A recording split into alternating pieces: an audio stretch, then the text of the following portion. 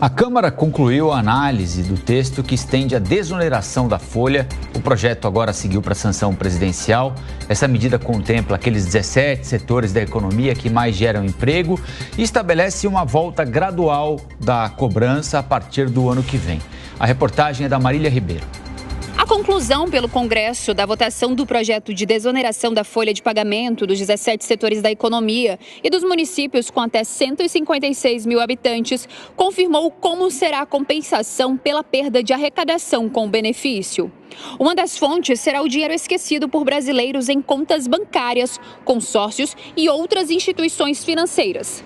Caso os recursos não sejam solicitados, o dinheiro será transferido para os cofres do governo federal em até 30 dias a partir da data da publicação da nova lei.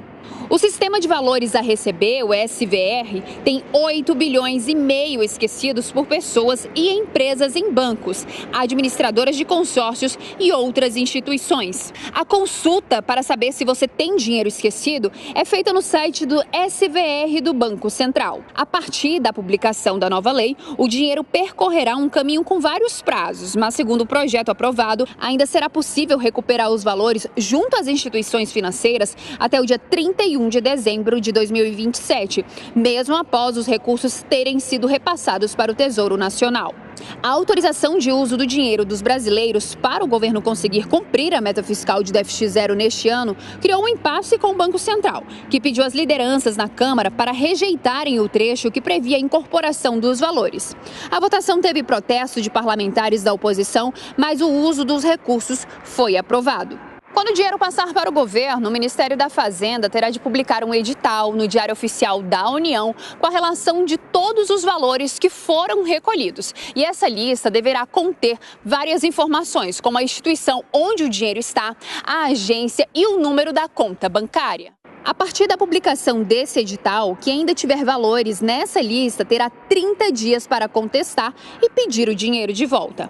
Caso a contestação da pessoa física ou da empresa seja negada, será possível apresentar recurso ao Conselho Monetário Nacional no prazo de 10 dias. Segundo a proposta aprovada, se não houver contestação no prazo, a transferência será concluída para o Tesouro. No entanto, ainda será possível pedir os valores por meio de ação judicial em até 6 meses, que serão contados a partir da publicação do edital do Ministério da Fazenda. São 8 horas e 38 minutos. A gente vai falar com o deputado federal do União Brasil pelo Ceará, Danilo Forte, para saber do deputado se, depois de tanto vai e vem, deputado, ficou bom para todo mundo, na medida do possível, esse processo para buscar reonerar paulatinamente a folha de pagamento até 2028, se bem que até 2028 tem chão e muita coisa pode rolar, hein, deputado? Bom dia. Muita coisa pode rolar até bem pouco tempo. Eu acho que o Brasil precisa sair desse clima permanente, ciclo de crise fiscal. Todo ano tem uma crise fiscal, todo ano se inventa despesas novas e fica esse corre-corre para ir buscar atrás de recursos novos, para aumentar a carga tributária, para aumentar os impostos e no sentido de cobrir rombos que são muitas vezes fabricados de forma demagógica por governos de plantão. Então, acho que por isso é que eu defendo o orçamento impositivo, o orçamento previsível, e acho que o Brasil precisa ter uma disciplina fiscal, financeira, que lhe dê segurança, inclusive para os investimentos.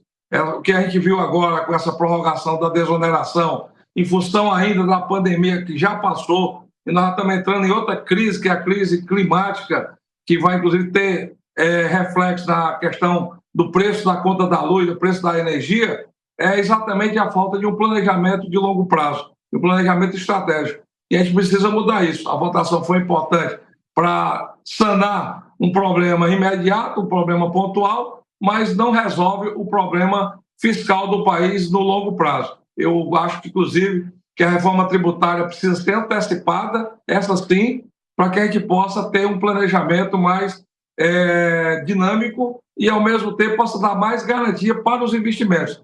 E se a gente quer baixar a taxa de juros, se a gente quer conter qualquer perspectiva de processo inflacionário, é fundamental a segurança fiscal e financeira do país.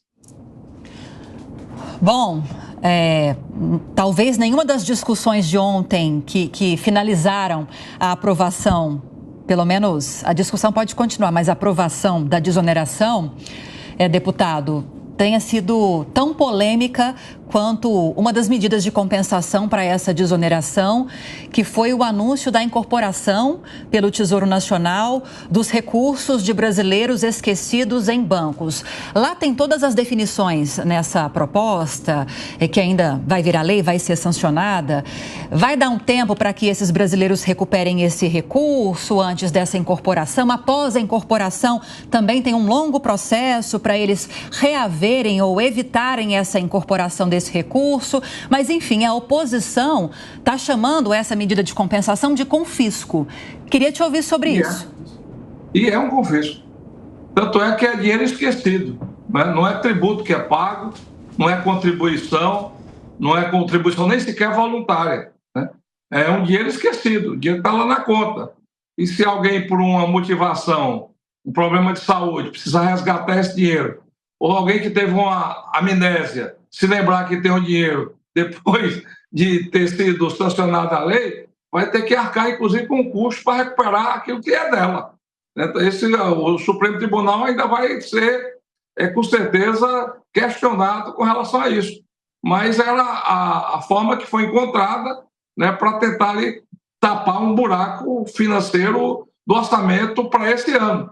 Eu acho que a gente precisa sair disso, o país precisa ter maturidade, precisa ter seriedade no trato do recurso público, porque senão todo ano é isso. Então, de novo, já estão falando em aumentar a contribuição social sobre o lucro líquido, né? Estão tentando aumentar o imposto para poder sanar, inclusive, o orçamento do ano que vem, e eu tive a oportunidade de fazer o orçamento desse ano, e a gente teve muita preocupação em colocar o orçamento dentro do limite dele. Tanto é que se falava de um rombo fiscal de 62 bilhões para esse ano, e o contingenciamento foi de 15, e agora estou falando em contingenciar mais 5, ou seja, um terço do que estava previsto de contingenciamento para esse ano. Por quê? Porque a gente deu parâmetros, né, e objetividade ao orçamento, e eu não tenho dúvidas, Lívia, que a gente tem que avançar no Brasil, e esse debate é importante que a Jovem Pan faça, sobre o orçamento 100% impositivo e previsível, porque isso dá credibilidade. As maiores nações do mundo, as maiores economias do mundo, o orçamento é 100% impositivo.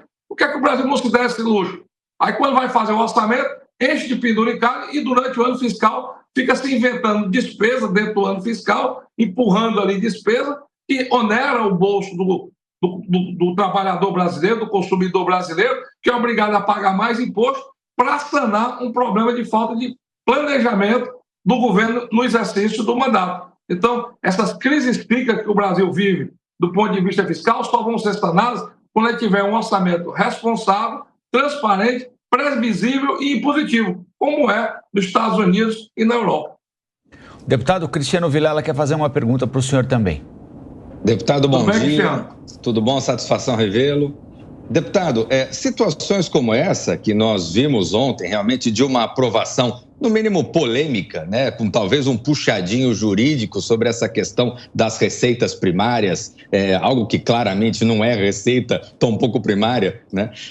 O senhor entende que isso pode eventualmente dar margem para uma judicialização e com isso fazer com que aquela questão que ao longo desse ano nós tratamos muito aqui, que seria sobre o fato de um poder acabar entrando na seara do outro, isso pode acabar dando mais gasolina, botando mais gasolina nessa fogueira e mantendo ainda mais esse mal-estar da atuação de um poder naquilo que foi decidido por outro poder?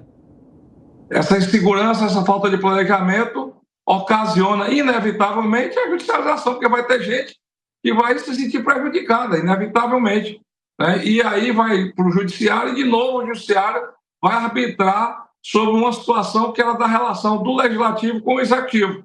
E fica conveniente para o executivo, ora joga com o legislativo para fazer o rombo fiscal, ora joga com o judiciário para tentar conter a execução orçamentária do país, como aconteceu, inclusive, agora nesse caso das emendas parlamentares. Então, isso quebra a harmonia entre os poderes e fragiliza ainda mais a governança do Brasil. Você tem toda a razão, Cristiano. Eu acho que falta para o Brasil um pouco de maturidade com relação a esse momento que nós estamos vivendo.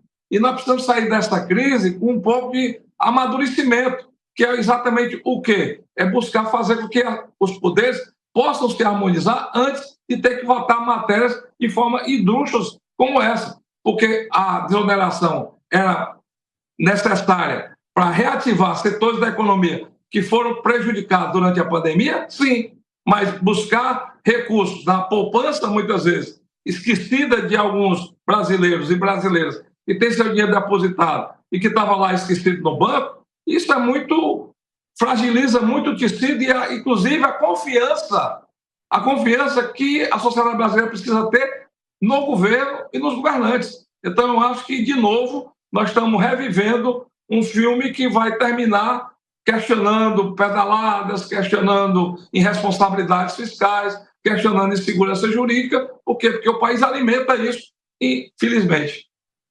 Queria agradecer a participação do deputado federal do União Brasil pelo Ceará, Danilo Forte. Muito obrigada pela entrevista, deputado. Bom dia, bom fim de semana. Obrigado, Lívia.